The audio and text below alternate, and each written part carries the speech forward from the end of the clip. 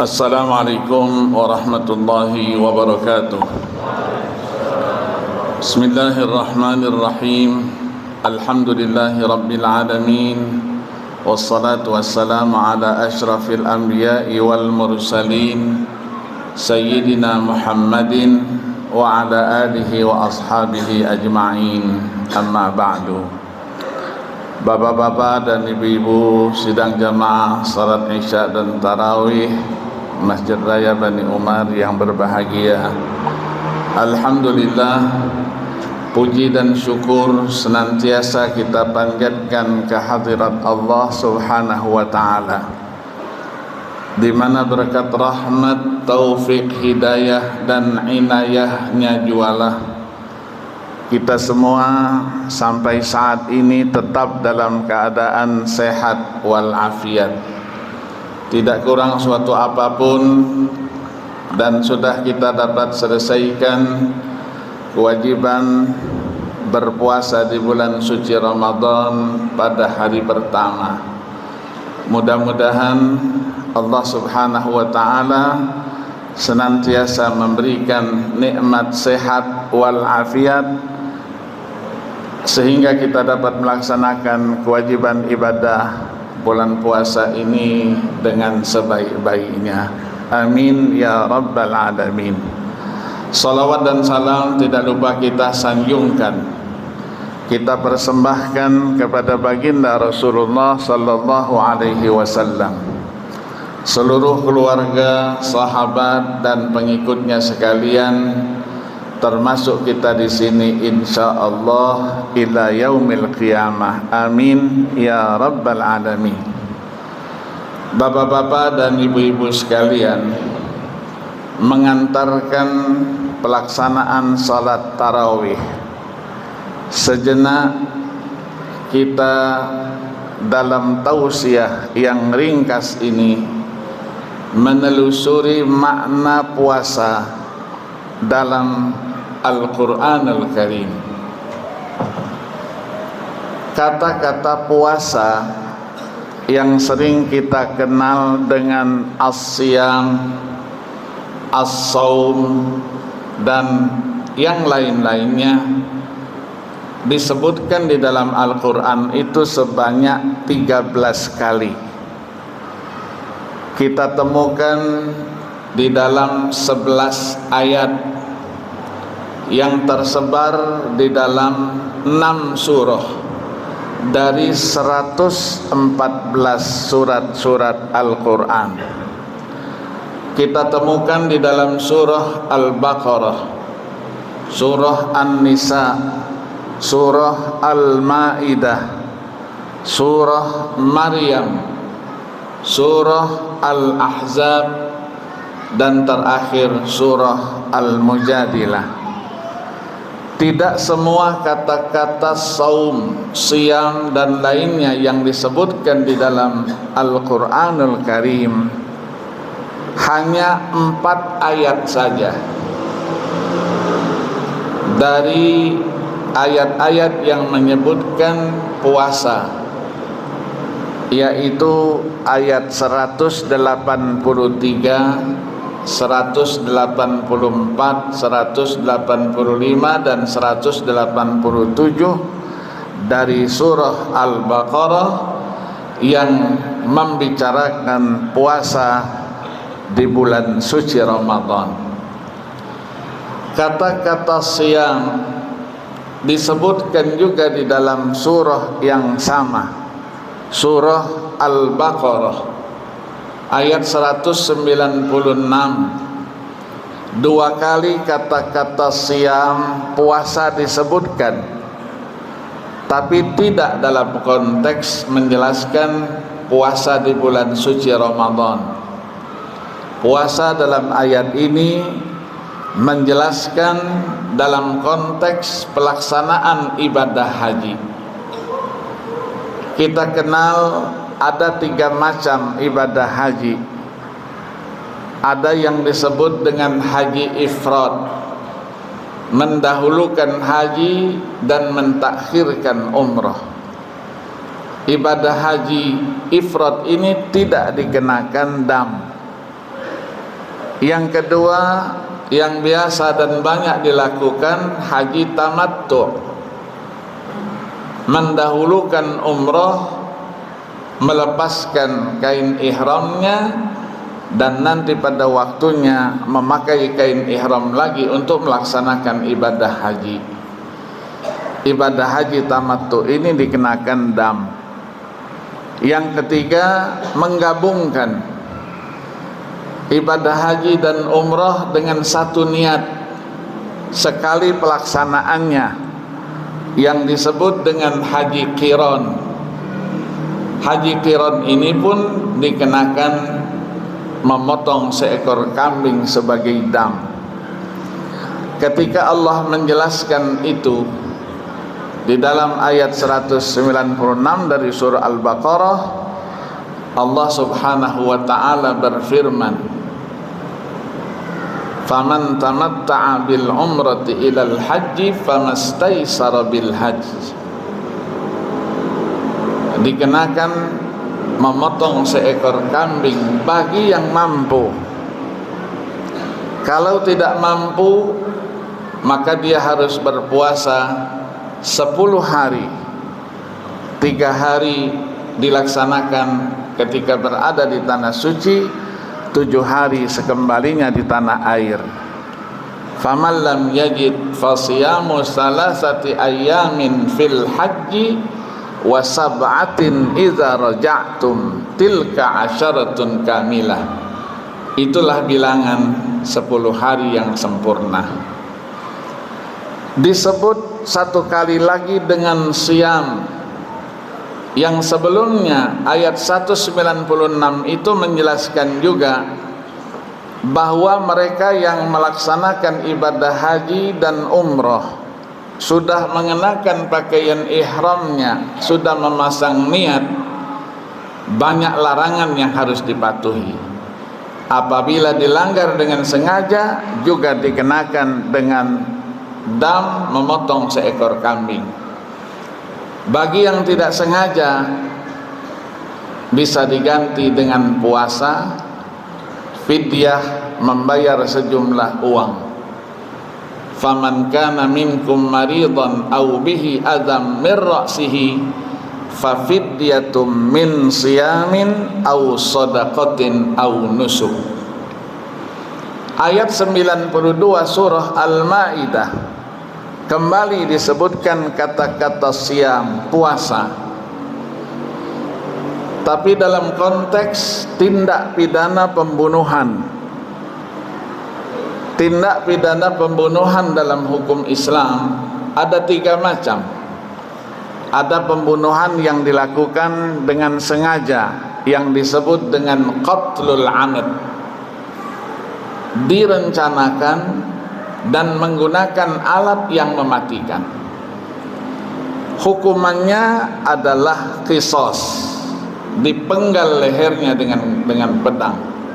Ketika keluarga terbunuh tidak memaafkannya, ketika keluarga terbunuh memaafkannya, maka dia harus membayar diat, denda seharga 100 ekor onta.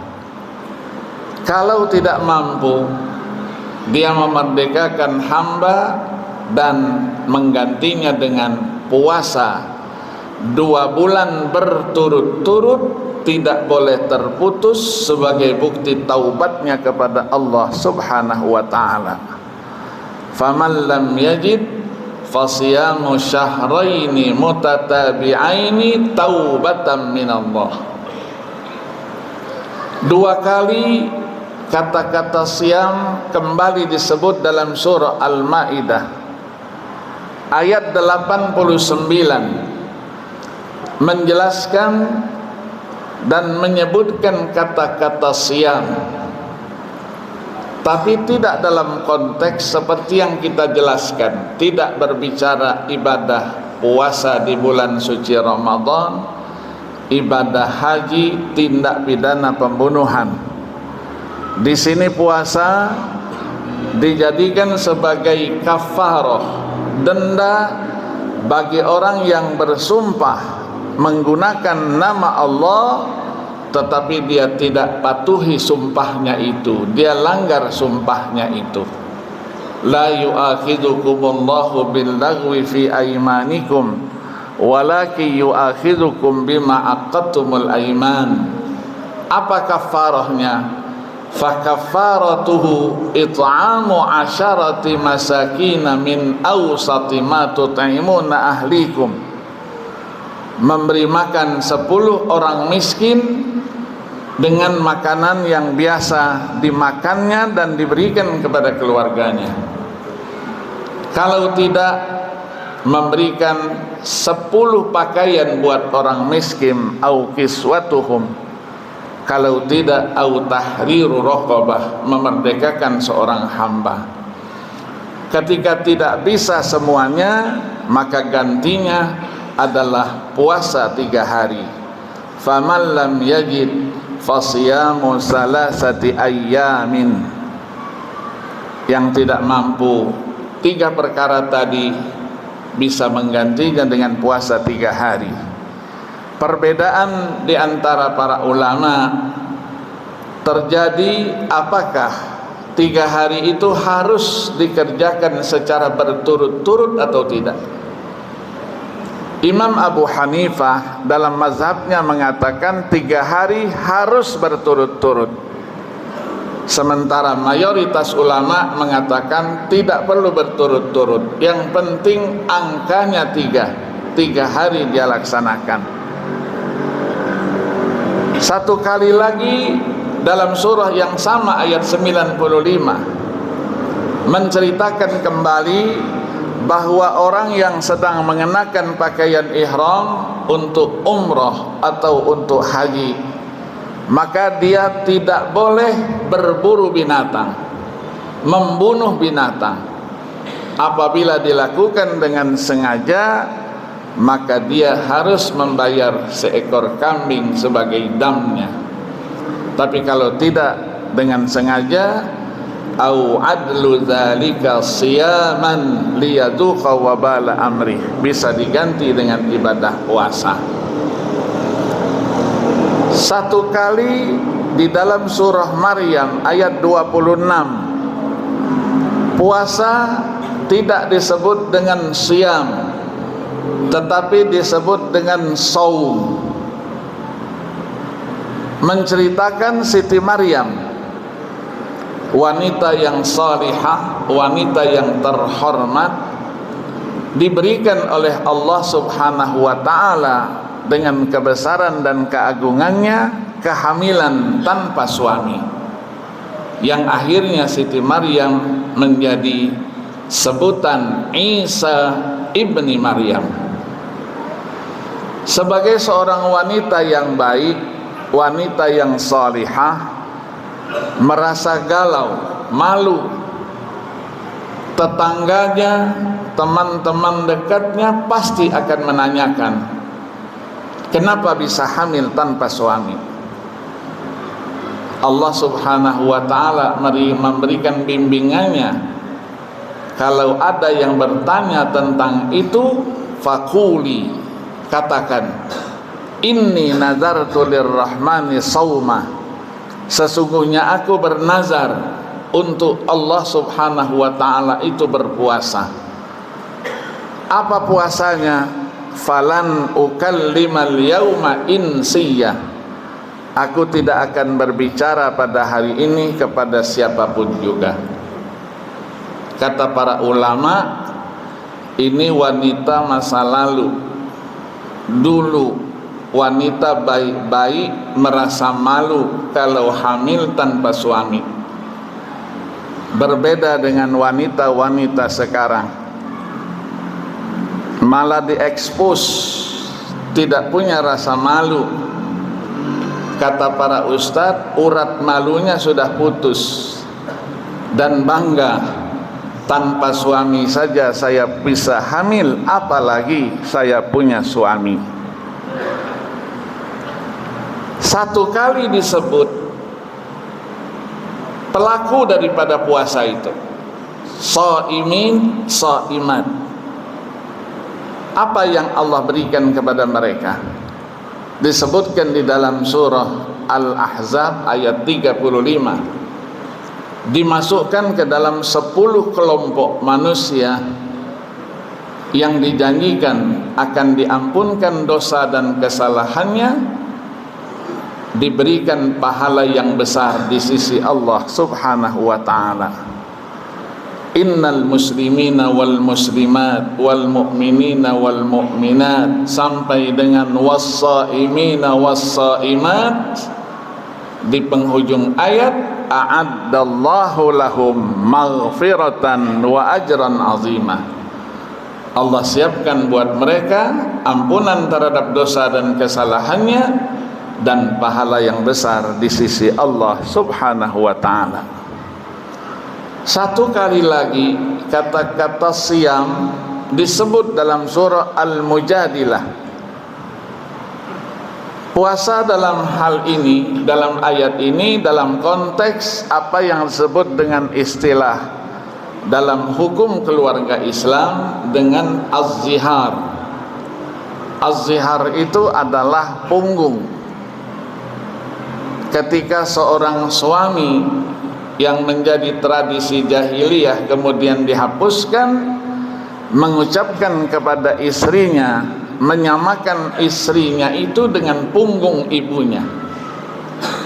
Anti alayya ka zahri ummi, engkau istriku di mataku sama seperti punggung ibuku. Kalau mengucapkan itu, maka dia harus bayar kafarah, memerdekakan seorang hamba. Kalau tidak, memberi makan 60 orang miskin sebelum disentuh kembali istrinya itu.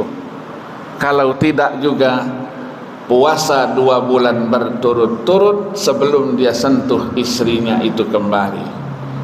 Faman lam yajid fasiyamu syahraini mutatabi'aini taubatan minallah, sebagai taubatnya kepada Allah dengan catatan min qabli ayyatamassa, sebelum dia sentuh kembali istrinya itu. Ayat-ayat yang bercerita tentang puasa Ramadan biasanya kita dengarkan dimulai dengan ayat 183 surah Al-Baqarah dengan firman-Nya, ya ayyuhalladzina amanu, wahai orang-orang yang beriman. Di dalam ilmu Al-Quran ini disebut dengan wujuhul mukhatabat. Ada 33 macam sasaran daripada khitabnya Allah Subhanahu wa ta'ala di dalam Al-Quran. Salah satunya ya ayyuhalladzina amanu, yang disebut dengan khitabut tasyrif, khitabut takrim, khitab kemuliaan, keistimewaan, kebesaran, keagungan, sekaligus melambangkan keakraban dan kedekatan antara yang memerintahkan dan yang akan menerima perintah itu. Maka Allah Subhanahu wa ta'ala menyebutkan di sini Ramadan diperintahkan untuk dilaksanakan oleh orang-orang yang alladzina amanu, yang memiliki keimanan yang sejati dan murni, bukan keimanan yang palsu apalagi imitasi. Karena dengan keimanan akan dilaksanakan ibadah perintah yang akan diwajibkan. Kutiba alaikumus syiyam, diwajibkan atas kamu berpuasa. Dalam istilah bahasa Arab ini kata kerjanya tidak disebutkan siapa yang memerintahkan. Diwajibkan atas kamu. Siapa yang mewajibkan? Yang memanggil kalian dengan ya ayyuhalladzina amanu, Allah subhanahu wa ta'ala. Berbeda dengan hadis Nabi. Dalam sabda Nabi disebutkan Allahnya itu. Di sini tidak disebutkan kata-kata Allah. Ketika Nabi bersabda Ramadan, kata Nabi, syahrun kataballahu alaikum siyamahu wa sanantu lakum qiyamahu. Ramadan adalah bulan. Allah mewajibkan kepada kalian puasa dan aku menganjurkan untuk qiyamul lailnya di waktu malam. Puasa juga bukan ibadah yang baru, tapi sudah diwajibkan kepada umat terdahulu dengan tata cara yang berbeda. Kama kutiba alaikumul ladzina min qablikum. Tujuannya apa? Jelas, la'allakum tattaqun, agar kamu menjadi orang-orang yang bertakwa, supaya kamu menjadi orang yang bertakwa. Bukan semoga kamu, mudah-mudahan kamu menjadi orang yang bertakwa. Ini adalah terjemahan yang sangat-sangat keliru. Walaupun dalam bahasa Arab la'alla ada juga yang dimaksudkan litamanni wat tarajji, tetapi di sini litahqiq. Ibadah puasa diwajibkan tidak sepanjang tahun 12 bulan kita kerjakan, tapi hanya dikerjakan ayyamam ma'dudan, hari-hari tertentu. Itulah bulan suci Ramadan, 29 hari, 30 hari.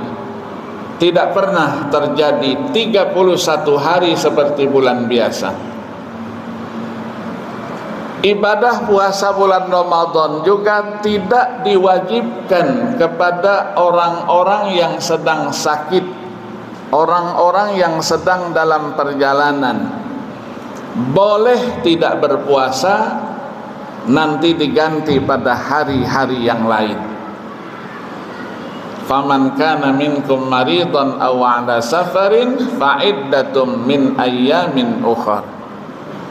Kapan puasa itu mulai diwajibkan? Allah jelaskan dalam ayat 185. Faman syahida minkumus syahra falyasum. Siapa yang menyaksikan bulan, maka hendaklah dia berpuasa. Itulah yang terjadi pada malam kemarin. Ada yang menggunakan hisab, hitung duluan, sudah menetapkan hari dan tanggalnya. Ada yang menggunakan ru'yah yang digunakan oleh Kementerian Agama, dengan menggunakan dibantu alat-alat canggih, teropong-teropong yang canggih yang dimiliki oleh Angkatan Laut di berbagai wilayah di Indonesia. Ternyata Pulau Jawa secara keseluruhan sampai ke wilayah timur, Papua yang duluan 2 jam dari kita, Sulawesi 1 jam duluan dari kita, semua suasananya adalah gelap, kabut, tidak terlihatkan bulan. Termasuk di Jakarta. Ditunggulah wilayah yang paling barat, Aceh, yang bedanya 1 jam dengan kita, hampir 1 jam. Ternyata di sana dilihat bulan itu, diru'yah bulan itu. Karena bulan pada malam kemarin posisinya sudah di atas 3 derajat,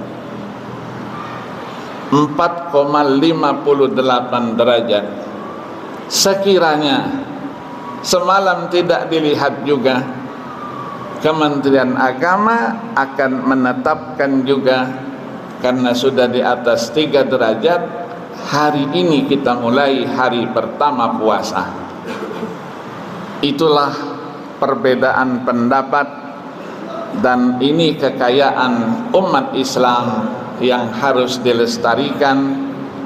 Jangan karena berbeda pendapat kita satu sama lain saling bermusuhan. Kembali diulangi, yang berpuasa itu adalah orang yang sehat, yang sakit, yang dalam perjalanan boleh tidak puasa, menggantinya pada hari yang lain. Apa tujuan semua itu? Agama Islam senantiasa memberikan keringanan. Yuridullahu bikumul yusra wala yuridu bikumul usra.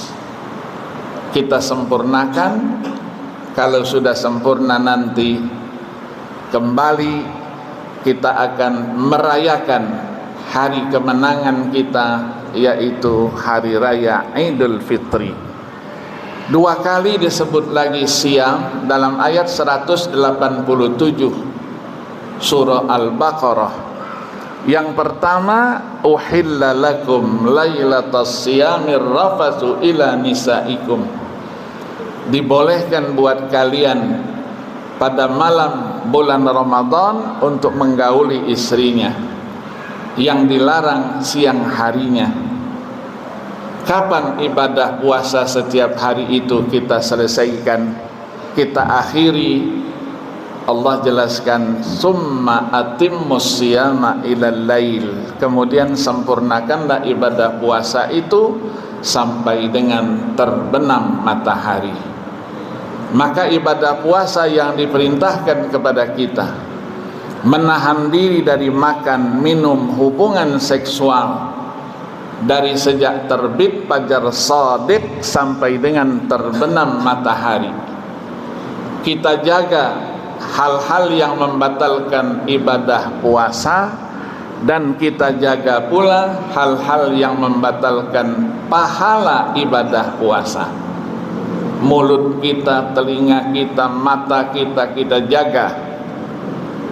Laisa siyamu minal akli wasyurbi wa innamas siyamu minal lagwi warrafasi, kata Nabi. Puasa bukan sekedar menahan tidak makan dan tidak minum, tetapi puasa itu puasa dari mulut kita, lidah kita, kita jaga dari kata-kata yang kotor, yang tidak senonoh. Berapa banyak, kata Nabi, orang yang berpuasa, kam min sa'imin laisa lahu min siyamihi illal ju'u wal 'atash. Dia tidak mendapatkan sedikit pun dari pahala puasanya, melainkan yang didapatkannya hanya lapar dan dahaga. Orang yang melaksanakan ibadah puasa di bulan suci Ramadan dengan sebaik-baiknya, ganjarannya nanti disiapkan satu pintu khusus di surga, diberi sebutan dengan Babur Rayyan. Orang yang beribadah pada bulan puasa, ibadah sunnah saja, diberikan pahala yang berlipat ganda dan diberi nilai sebagai ibadah yang wajib. Maka selama bulan suci Ramadan, siang hari kita berpuasa dengan sebaik-baiknya, malam hari kita lakukan yang disebut qiyamul lail dengan istilah tarawih. Tarawih itu bisa dikerjakan 8 rakaat, 2 salam, 8 rakaat, 4 salam, 20 rakaat, nanti tambah 3 witir, mau 21, mau 3 rakaat sekaligus. Kata orang Arab, ahlan wa sahlan, boleh semuanya. Yang tidak pernah diangkat adalah pendapatnya Imam Malik. Beliau mengatakan tarawih itu bukan 20 rakaat, bukan 8 rakaat, tapi 36 rakaat. Karena di Madinah tidak ada Ka'bah, gantinya memperbanyak rakaat sholatnya itu. Tarawih artinya santai. Kita bukan bertanding, berlomba untuk cepat selesai, tapi bagaimana ibadah sholat tarawih, qiyamul lail itu berkualitas. Walaupun sebahagian remaja-remaja kita di awal Ramadan mulai menelusuri ke berbagai tempat, mencari tahu bagaimana pelaksanaan sholat tarawih di berbagai masjid. Ada yang mencari masjidnya yang paling cepat selesainya, jam 8 sudah selesai semua. Ada yang sampai jam 9.30, jam 10 malam baru selesai. Yang cepat selesai pulang dia lapor, luar biasa, masjid itu canggih, imamnya ekspres. Begitu selesai didoakan, ya Allah, panjangkan umur imam ini, semoga kita bertemu lagi tahun yang akan datang. Yang satunya berdoa, ya Allah, cukup sekali ini saja ya Allah salat tarawih bersamanya, cabutlah nyawa imam itu sehingga tahun depan tidak bertemu lagi. Yang perlu kita ajak di luar yang tidak sholat supaya masuk ke masjid, bukan yang sudah ada di masjid berdiskusi, akhirnya satu sama lain benturan 28. Apalagi ada tarawih yang tercepat di dunia yang dilakukan di Blitar, 20 rakaat sampai dengan witir, hanya 7 menit saja. Yang tua-tua umur 70 tahun ke atas ikut sholat seperti itu, insya Allah sampai ke rumah engsel-engselnya semua lepas. Mudah-mudahan Allah berikan kita kekuatan, kenikmatan, sehat walafiat. Siang hari kita bisa melaksanakan ibadah puasa dengan sebaik-baiknya. Malam hari kita hidupkan dengan tarawih, tilawatil Quran, dan seterusnya. Ini yang dapat saya sampaikan. Terima kasih. Wallahul muwaffiq ila aqwamit thariq. Wassalamualaikum warahmatullahi wabarakatuh.